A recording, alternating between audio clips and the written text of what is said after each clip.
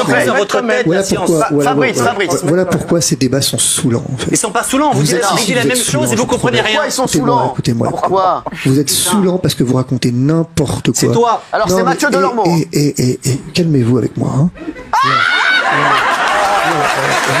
Ici, effectivement, je pense que j'ai aucune leçon. Je vais vous dire un truc. On parlait de liberté et j'ai absolument aucune leçon à recevoir de vous. Vu effectivement les conneries que vous débitez à longueur d'émission. On n'est pas libre en société, Fabrice. Monsieur, on n'est pas libre en société. Non, mais sinon, moi j'adore rouler à 300 à l'heure sur l'autoroute. Non mais alors. On me laisse atteinte à ma liberté. Pourquoi je le fais pas? J'adore. Vous voulez bien, vous voulez bien, laissez-le parler. Vous voulez bien éviter d'employer des mots dont vous comprenez pas le sens? Non mais parce que je veux dire, vous venez parler de liberté. Mais qu'est-ce que vous y connaissez à la liberté? Mais vous arrêtez de raconter n'importe quoi 2 minutes, à venir faire des débats philosophiques. Le seul mec libre ici, pardon, mais c'est moi, hein.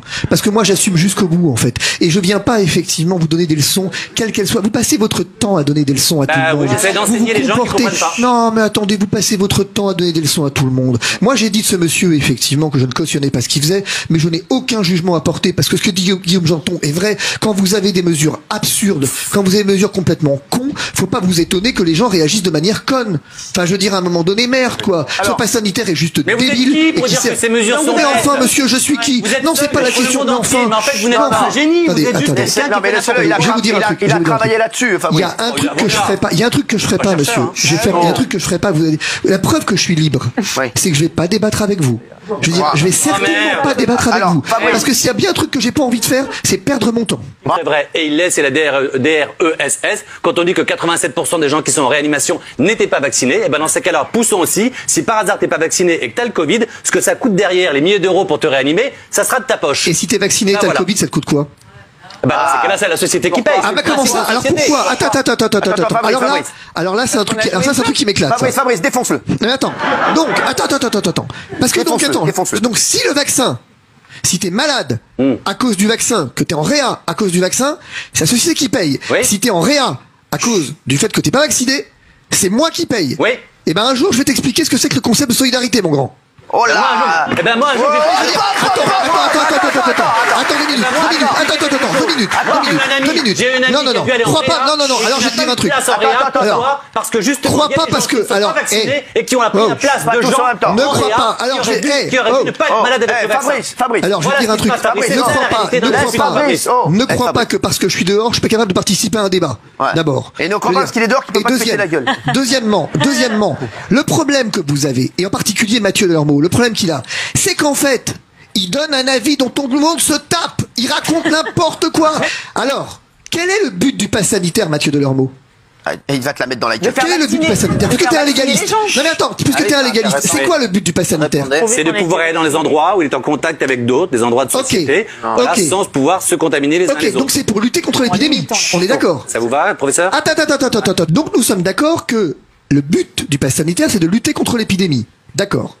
Sauf que là où ça pose un problème, c'est que ça ne peut pas être un outil de lutte contre pour forcer les gens à se vacciner. C'est le Conseil d'État qui le dit. Le Conseil d'État prévient et dit attention, ça ne peut pas être un outil pour forcer les gens à se vacciner. Quand t'interroges le ministre des Transports en disant mais je comprends pas, ça n'a pas de sens votre truc, votre pass sanitaire. Bah si, ça a un sens, c'est pour forcer les gens à se vacciner.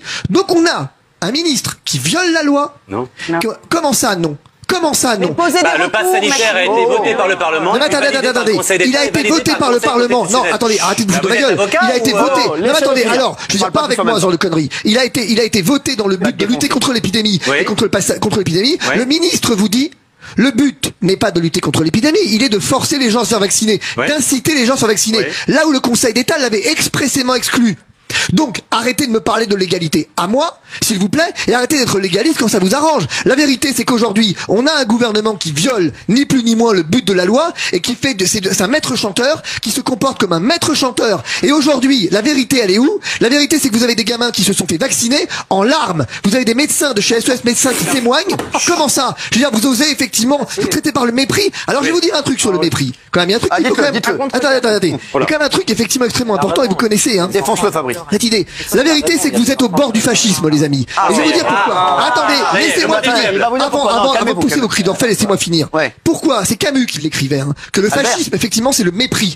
Inversement, toute forme de mépris en politique, quand elle intervient, prépare ou instaure le fascisme. Aujourd'hui, vous avez réussi cet exploit de mépriser une partie de la population. Nous sommes les méprisés. Alors il y a toujours une partie des méprisés. Il y a 3 ans, attendez, il y a 3 ans, il y a 4 ans, c'était les gilets jaunes. Aujourd'hui, c'est nous. Il y a toujours des parias dans la société. Quand c'est pas les noirs, quand c'est pas les arabes, quand c'est pas les gilets jaunes, c'est les non vaccinés. Il y aura toujours effectivement, il y aura toujours des gens. Alors vous pouvez effectivement, je vais vous dire la vérité. Je termine juste là-dessus.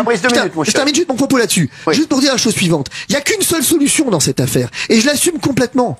C'est finalement, puisque la société ne veut pas de nous, eh bien c'est de nous exclure de la société. Ça ne pose aucun problème. Les États-Unis connaissent bien ça, la vie en communauté. Il y a plein de communautés qui coexistent aux États-Unis sans qu'effectivement cette notion d'unité, telle qu'on la vend à la française, existe. Eh bien il n'y a pas de problème. Ça s'appelle juste faire sécession. Le 12 juillet, on a fait sécession.